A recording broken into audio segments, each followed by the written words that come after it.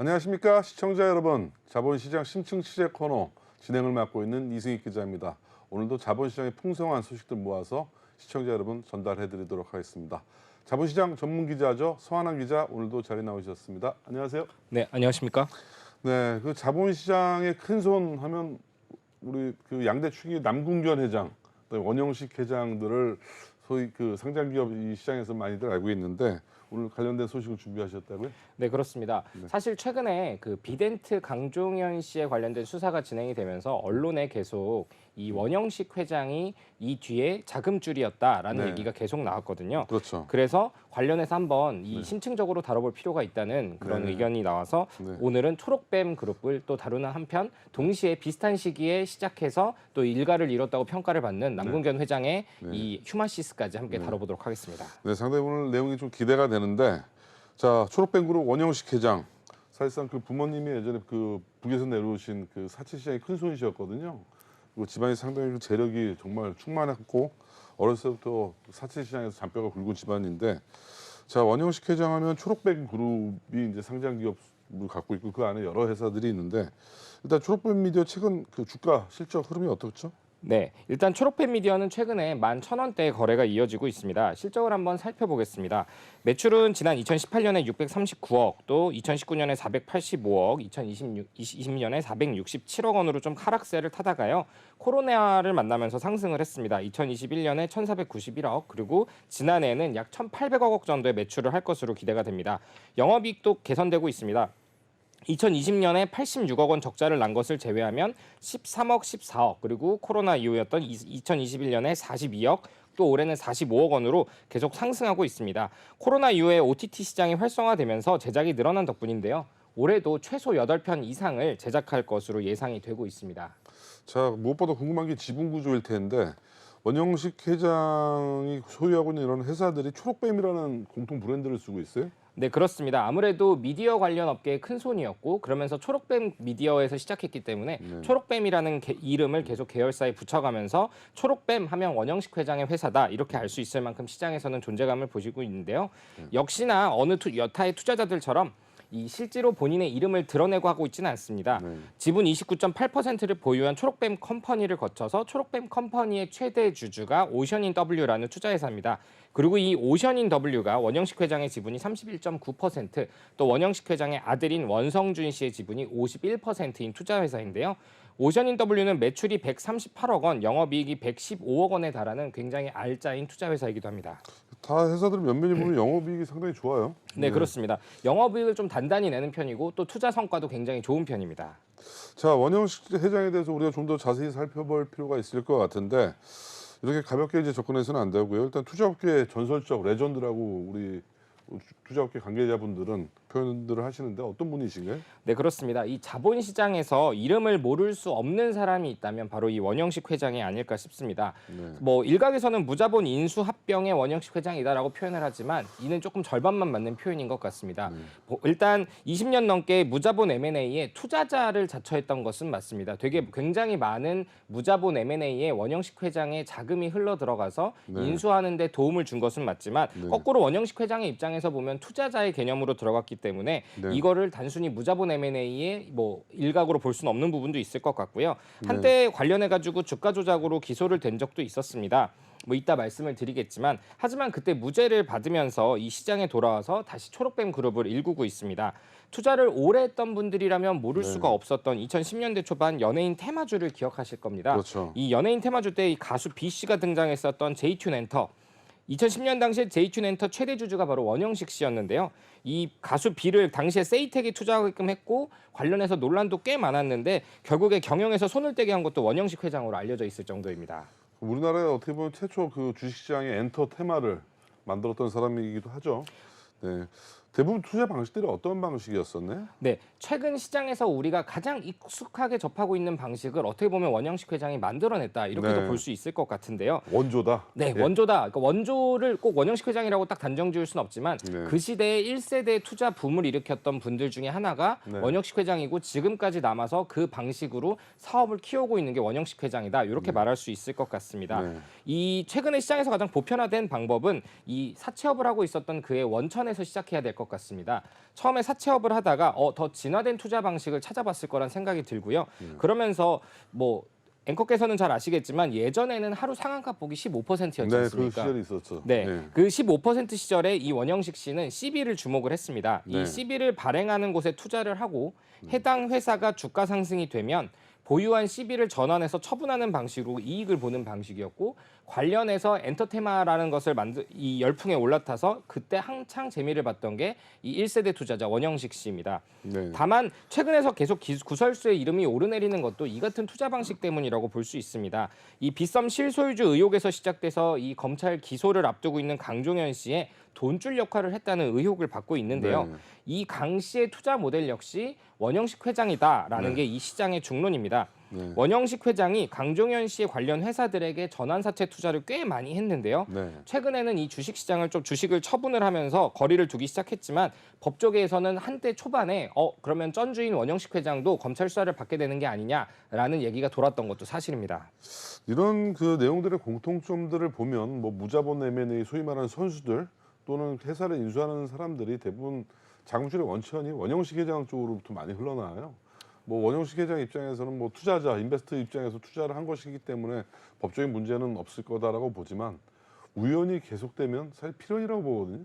너무 많은 지금 이 관련된 시비를 투자를 받고 문제된 기업들이 많다 보니까 상당히 뭐다라고 우리 방송이 사법기관이 아니고 수사기관이 아니다 보니까 뭐 법적으로 좀 잘못됐다 맞다라고 얘기할 수는 없어요. 네.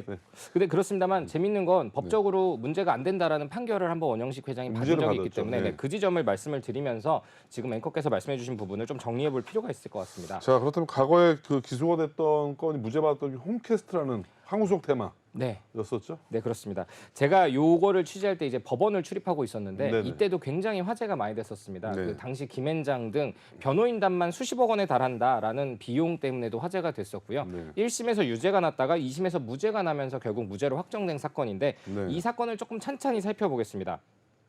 2017년도에 홈캐스트라는 종목이 있었고 이 네. 홈캐스트라는 종목이 주가 조작 사건에 연루가 됩니다. 네. 이 당시에 이 홈캐스트가 황우석 테마주에 올라타면서 네. 주가가 인위적으로 상승을 했고 거기에 관련해서 투자자들이 대거 이득을 봤다면서 네. 이 투자 세력들 소위 말하는 선수들이 대거 기소가 됐고 여기에 원영식 회장은 이 쩐주 역할 그러니까 자금줄이 역할을 했다고 하면서 검찰은 이거 주가 조작을 같이 알고 들어갔으니 너도 책임을 져야 된다라고 하면서 네. 함께 기소를 했고 네. 1심에서는 징역 2년을 선고받았습니다. 네네. 하지만 2심에서는 이 주가 조작에 대해서 직접적으로 알고 관여했다라고 볼 수 있는 증거가 제한적이다라고 하면서 네. 무죄를 선고했고요. 그러고 나서 결국 원영식 회장은 무죄가 그대로 확정이 났습니다. 네. 이 판결이 의미가 굉장히 큽니다. 네. 왜냐하면 당시만 해도 주가 조작이나 이런 자본시장법 위반에 대한 수사가 많지 않았고 네. 그 다음에 당시에 이제 MTS 전이었죠. HTS를 활용해가지고 주가 거래가 한창이던 시즌에 이런 것들이 발생을 하면서 주가 조작을 어떻게 입증하고 어디까지 처벌할 수 있을 것인가에 약간 잣대가 되는 사건이 됐고 이 사건을 계기로 금융 투자 혹은 전환사채나 CB나 BW로 투자한 사람들에 대해서는 확실하게 주가 조작에 관여했다라는 증거를 입증하지 못한다면 주가 조작의 공범으로 기소해서 처벌하기 힘들다라는 판례가 되기도 하는 사건입니다. 그렇죠. 이게 사실상 주가 조작을 입증하기가 또 검찰 입장에서 쉽지가 않거든요. 그러다 보니까 이때 이후로 상당히 많은 그 법리를 적용한 게 사기적 부정거래라는 이제 그 법리가 나오기 시작했는데 그래서 되게 폭넓게 지금 해석이 되고 있어요. 그래서 사기적 부정거래로 상당히 많은 시장의 플레이어들이 기소가 됐고 또 중형을 받는 지금 사례가 많이 늘고 있죠. 네, 맞습니다. 그거 말고도 이 주가 조작은 사실 자본시장법 위반으로 처벌을 해야 되는데 이 주가 조작을 위해서 인위적으로 뭐 허위 공시 자료를 냈다거나 그런 걸 찾아내면 처벌을 할 수 있지만 그런 것들을 찾아내기 어려울 경우에는 결국엔 횡령 배임밖에 남지 않게 되는 것도 그렇죠. 발생을 했습니다. 그러면서 거꾸로 이 등기 임원으로 이름을 올리지 않은 단순 투자자로 남을 경우에는 관여 여부를 구체적으로 입증을 해야 되는데 과연 세력들이 혹은 다시 형을 마치고 나온 뒤에도 또 이를 다시 재행하려고 하는 분들이 과연 자신의 쩐주 역할을 해야 되는 사람의 이름을 얼마나 불 수 있을까라는 현실적인 상황까지 고려해봤을 때 수사가 되기 힘들어진 것도 사실입니다. 네, 맞습니다. 저도 개인적으로 우리 원영식 회장을 제가 지금 알게 된 게 약 20여 년이 가까이 있는데 상당히 그 회사를 운영하는 데에서 정말로 그 반듯하다고 해야 될까요? 회사 자금이라든가 이런 거 회사에 피해는 일절 주지 않는 그 경영 방식이기 때문에 계산이 정확하다고 얘기들을 좀 많이 하고 그것이 제가 옆에서 20년을 지켜봐왔던 결과 뭐 틀린 얘기는 아닌 것 같습니다. 다만 어쨌든 그 본인 초록뱅 그룹이나 본인 개인의 투자한 기업들이 항상 문제가 되다 보니까 이런 좀 누적 횟수가 좀 많아진다. 이게 좀 상당히 이제 해석의 여지가 큰 거겠죠. 자, 그렇다면 우리 원영식 회장 다시 무죄 선고를 받고 상당히 마음고생을 오래 했었거든요. 당시 이 후유증으로 공황장애도 되게 심하게 지금 앓고 있는 걸로 알고 있는데 어쨌든 당시에 1심에선 징역 2년형을 받았을 때는 상당히 어쨌든 뭐 사폐 규정이다라는 말도 나왔었고 또 개인적으로는 너무 좀 검찰이 무리한 기소가 법원에서도 받아졌다라는 약간 비판의 시각도 있었는데 자 어쨌든 2심에서 다행히 원영식 회장 입장에서는 무죄가 나왔습니다. 그렇게 복귀한 이후에 초록뱀 그룹을 다시 열심히 지금 일구고 있죠. 네, 그렇습니다. 사실 원영식 회장은 그 전부터 이 엔터테인 쪽에서는 굉장히 미다스의 손으로 알려져 있었습니다. 네. 2014년부터 뭐 YG 플러스, IOK, 초록뱀, 웰메이드 예당, 동원 등의 주식을 이 전환사채나 이 BW 신주 인수권부사채로 인수를 하면서 투자를 했었고요. 이 무죄가 난 다음에 사실 그 재판 중에는 원영식 회장이 투자를 신중하게 하면서 사실상 손을 뗐던 것으로 알려졌는데요. 그 뒤에 다시 초록뱀 그룹으로 돌아와서 과거 투자자였던 것보다 더 열심히 활동 중입니다. 2015년에 초록뱀 미디어 경영권을 인수했던 것을 기점 삼아서 초록뱀 E&M, 또 초록뱀 컴퍼니, 초록뱀 미디어, 초록뱀 헬스케어 등 상장사 4곳을 가지고 있고요. 최근에 좀 시끄러운 곳이죠. 이 비상장사이지만 배우 박민영 씨와 또 이승기 씨가 소속돼 있었던 후크 엔터테인먼트도 보유를 하고 있습니다. 대부분 원영식 회장이 투자한 회사의 공통점들이 대부분 다 엔터테인먼트 회사들이네요. 네, 그렇습니다. 네. 아무래도 초창기에 YG와 또 네. JYP의 전신에도 투자를 하면서 네. 이 엔터 쪽으로 관련해서 투자를 하면서 뭐 재미도 많이 받고 산업에 대한 이해도도 높다 보니까 관련해 가지고 계속 투자가 이루어지는 것 같습니다. 사실상 2007, 8년도 당시 한창 K 엔터 붐이 일어날 때 어떻게 보면 한축 제도권에서는 이수만 씨가 있었겠지만 뭐 박신영 씨라든가 그 당시에 이제 세컨드리 주자였었죠. 뭐 양현석 씨, 그다음에 뭐 방시혁 씨 이런 분들이 제도권으로 다 입성하고 투자를 하는데 가장 초기 에쿼티 투자를 많이 하신 분이 바로 또 원영식 회장이거든요. 어떻게 보면 또 뭐 여러 가지 측면이 있겠지만 우리나라 그 K엔터를 상당히 크게 성장시키고 발돋움하는데 상당히 큰 손이고 엔젤 투자자였다. 이 부분도 또 제가 취재해 본 결과 맞는 말이기도 하고요. 자 어쨌든 이제 다시 요즘 문제가 되는 게 비덴트 때문에 또 문제가 되고 있죠. 강종현 씨, 박민영의 남자친구라고 하는 우리 그 강종현 씨가 최근에 구속이 됐는데 자 강종현의 쩐주 역할을 했다. 이건 무슨 얘기인가요? 네, 사실 이 원영식 회장의 장점이자 단점이라고 할 수 있을 것 같습니다. 같은 투자 방식을 계속 유지하고 있는 건데요. 이 강종현, 강지현 남매가 가지고 있는 이 빗썸 기준 단일 최대 주주 회사인 비덴트와 계열사에 이 거액을 투자한 게 바로 이 원영식 회장입니다. 비덴트와 버킷 스튜디오가 발행한 이 CB에만 1,400억 원이 넘는 돈을 투자를 했습니다. 때문에 한때 시장에서는 이 원 회장이 이 강씨 남매를 앞세워서 빗썸에 유의미한 영향력을 행사하려 한다. 또 경영권에 관련해 가지고 좀 경쟁이 뛰어들려고 한다라고 하면서 빗썸 인수설이 돌았을 정도입니다. 최근에는 스튜디오 산타클로스를 인수하려고 한 적이 있습니다. 이게 매물로 나왔었는데요. 초록뱀 그룹과 비덴트의 공동 인수 시도였습니다. 이 초록뱀 미디어의 자회사인 스카이 E&M이 지분 거의 100%를 출자한 초록뱀 신기술 조합 6호를 통해서 이 기존 최대 주주였던 SL 바이오닉스의 지분을 양도받아 최대 주주가 되는 2022년 8월이었습니다. 하지만 기억나시겠지만 그때쯤에 이제 이 강종현 씨 논란이 생겼죠. 빗썸의 회장이라고 하면서 돌아다닌다라는 얘기가 나오면서 이 검찰 수사가 본격화됐고, 그러면서 자연스럽게 다음 달 공시를 통해서 이 주식 양수도 계약 해제를 알렸습니다. 그리고 당시 버킷 스튜디오는 이 변경 예정 최대 주주의 특수관계인으로 이름을 올렸었거든요. 그러니까 원영식 회장이 가장 본인이 잘 아는 엔터업계 관련된 매물을 강종현 씨와 함께 인수하려 했었지만 논란이 되고 멈췄다. 이렇게 볼 수 있을 것 같습니다. 당시에 아직 주식 양수도 계약이 왜 해제가 됐는지는 뭐 특별한 이유가 지금 안 나오고 있죠 아직은. 네, 뭐 당시에 다만 제가 취재한 바로는 원영식 회장뿐만 아니라 당시 비덴트와 관련해서 함께 투자를 했던 분들이 검찰 수사가 본격화되는 걸 보면서 자금 흐름에 대한 수사가 확산될 수 있다는 우려감 때문에 투자를 신중하게 하면서 발을 뺐다라는 게 중론으로 저는 알고 있습니다. 그야말로 리갈 이슈가 그때부터 이제 도화선이 불이 붙기 시작했을 때쯤이네요. 네, 원래 이 사실 강종현 씨 관련된 이슈는 지난해부터 그러니까 2년 전이죠. 2년 전부터 사실 금감원에서 좀 들여다보고 있었습니다. 회사 관련해 자금 관련해 가지고 횡령이나 이런 의혹이 있어서 들여다보고 있었던 찰나에 이 강종현 씨와 박민영 씨 관련된 논란이 불거지면서 조금 더 이 검찰 수사가 빨라졌다, 조금 더 그리고 화력이 세졌다 이렇게 보는 게 좀 더 정확할 것 같습니다. 이게 사실상 자본시장 쪽의 주요 이슈들이고 기사들인데 의외로 연예 매체 전문지에서 나왔어요. 네, 맞습니다. 그런 지점에서 사실 비덴트가 네. 시장에서 가지고 있었던 의미보다 사실 저는 주목을 받지 못했던 부분도 있었다고 생각을 하거든요. 네. 비덴트가 단순히 빗썸의 최대 주주다라는 것 때문에 주목을 받았던 게 전부라면 오히려 비덴트 그룹이 가진 지분의 가치보다는 박민영 씨의 남자친구의 회사처럼 돼버리는 부분에서는 좀 시장 입장에서는 조금 기사의 가치나 혹은 사건이 의미하는 바가 좀 제대로 다뤄지지 못한 부분도 있는 것 같습니다.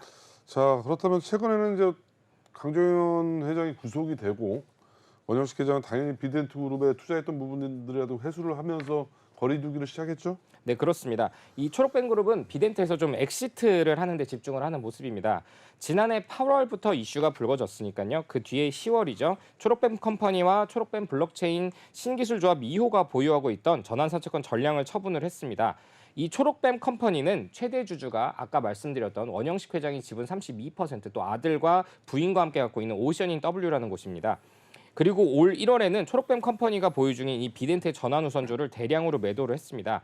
지난 1월 17일 공시에 따르면 이 비덴트의 공시입니다. 초록뱀 컴퍼니는 1월 두 차례 우선주 전환 청구권을 행사를 해서 비덴트 주식 320만 주 가운데 절반인 160만 주를 매도를 했습니다. 취득 단가가 3,122원인데 매도 가격은 4,550원 정도입니다. 단순 계산해봐도 차익이 한 20억 원 정도는 남습니다.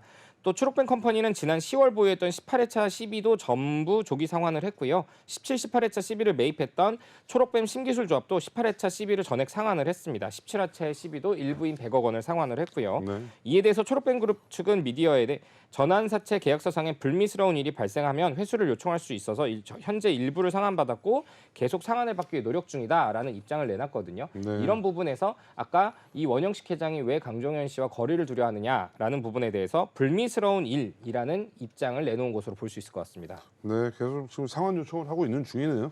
네, 그렇습니다. 제가 또 다른 협업들도 많이 좀 중단이 되고 있다면서요? 네, 그렇습니다. 사실 협업의 범위가 굉장히 넓어서 네. 시장에서는 강종현 씨가 원영식의 젊은 시절이 아니냐라는 얘기도 나왔었던 것도 네. 사실인데요. 초록뱀 그룹이 비덴트하고 합작사가 하나 더 있었습니다. 뭐 메타커머스라는 곳인데요. 최근에 이 협업도 중단을 했습니다. 네. 비덴트와 초록뱀 미디어가 지난 2022년 1월에 합작한 회사인데요.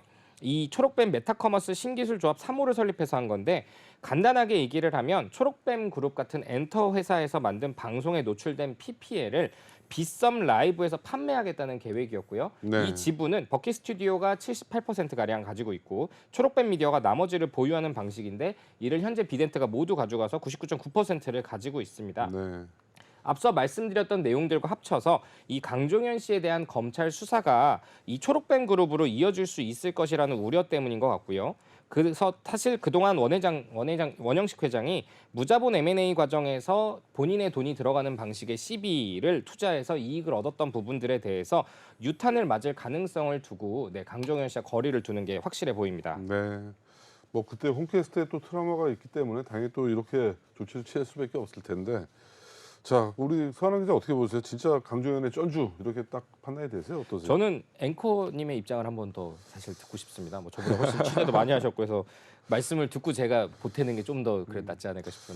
그 원영식 회장에 대해서는 뭐 자본시장에서 보는 그 명과 암이 뚜렷한데 뭐 좋게 보는 부분들은 그 엔터 쪽에 상당히 많은 엔젤 투자자를 또 자처를 했었고 또 상당히 많은 한계 기업들을 또 정상적으로 많이 성장을 시킨 또 좋은 쪽 측면이 있어요.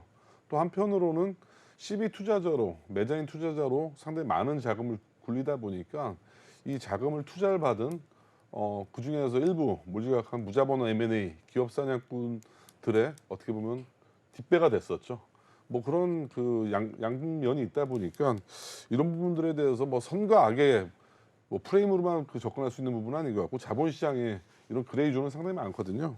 그러다 보니까 지금 많은 자본시장의 후배들이 또 원영식 회장을 롤모델로 또 벤치마킹을 하고 있고 이렇게 다들 또 되고 싶어 하고 상당히 자본시장에 영향력이 크신 분이다 보니까 행동 하나하나 투자 하나하나가 상당히 앞으로는 좀 더 신중하고 좀 더 많은 사회적 이익에 기여를 많이 하셔야 되지 않을까 이렇게 또 생각이 되네요. 자, 그렇다면 또 일이 이렇게 커지면서 강종현발 이제 그 자본시장 후폭풍이 커지면서 뭐 관련된 이제 원영식 회장이 자본시장에 아주 진절머리가 난다. 그러면서 뭐 기업들을 다 매각하겠다 이런 얘기들도 지금 소문이 들리거든요. 어떠세요? 네, 그렇습니다. 제가 오늘 이 내용은 아직 언론에 나온 것 같지는 않은데 네. 사실 이 원영식 회장이 최근에 이 후크 엔터테인먼트를 매물로 내놨다고 합니다. 네. 이 후크 엔터테인먼트는 뭐 뉴스를 좀 보신 분들은 아실 텐데요. 이승기 씨의 음원 수익 미정산 논란이 있었던 곳이었습니다. 아, 네, 그래서 초록뱀 미디어가 지분 100%를 가진 곳이고요. 네, 네. 소속 연예인은 박민영, 또 네. 윤여정 씨 등이 있습니다. 강민영이 또 여기서 등장하군요. 네, 그렇습니다. 그래서 시장에서는 사실 원영식 회장이 강종현 회장과 박민영 씨를 소개시켜줬다라는 네. 얘기도 사실 뭐 돌긴 하는데 확인되지는 않은 내용이고요. 네. 원래 이 권진영 씨라고 이 예전에 가수 이선희 씨의 매니저를 하던 분이 만든 회사로 네. 이 원영식 회장이 이것을 2021년 12월에 지분 전량을 인수합니다. 네. 그리고 당시 원영식 회장은 라비노 투자조합이라는 곳에 전환사채를 발행합니다. 300억짜리.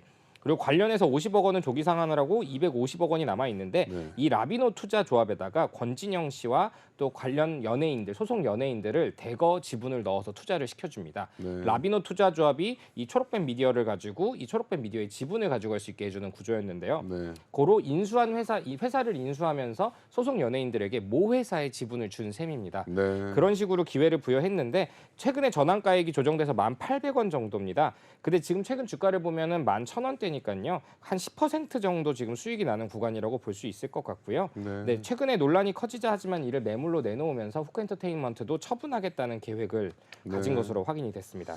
자, 일종의 이제 선긋기 아니면 또 논란을 좀 피하려고 하는 구설수에 오르지 않으려고 조기 좀 대응을 빨리 하려고 하는 것 같은데 그 외에도 어떻게 지금 현상들이 나타나고 있나요? 근데 사실 원 회장이 아까 말씀하신 것처럼 이 CB 시장의 큰 손이다 보니 워낙 많은 곳에 이름을 올리고 있습니다. 네. 비덴트 외에도 이 KH 필룩스, 또 EV 첨단 소재, 또 비보존 제약, 골드퍼시픽 등 10곳이 넘는 상장사에 이 CB나 BW 형태로 투자를 해놨습니다. 지금 들으시면 자본시장에 대해서 좀 아시는 분들은 아시겠지만 여기 조금 논란이 됐던 곳들이네 하는 곳들을 아실 수 있을 겁니다. 뭐 당장 KH 필릭스 등만 해도 이 검찰 수사를 앞두고 있고요. 관련해서 자금 흐름 수사가 좀 불가피한 상황입니다. 검찰은 강종현 씨 또 앞서 말씀드렸던 KA 필룩스의 배상윤 회장 등과의 돈거래를 한 것을 모두 확인하고 있는 상황이라서 네.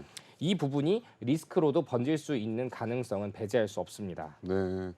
자, 이런 시비 과정에 있어서 면밀히 좀 공시를 좀 우리가 따져봐야 될 것 같은데 이게 자금이 또 투자를 한 곳에서 본인의 의도와 상관없이 또 그 상장 기업이 또 라임에 투자를 받는다든가 상당히 복합적인 거미줄처럼 얽혀 있거든요.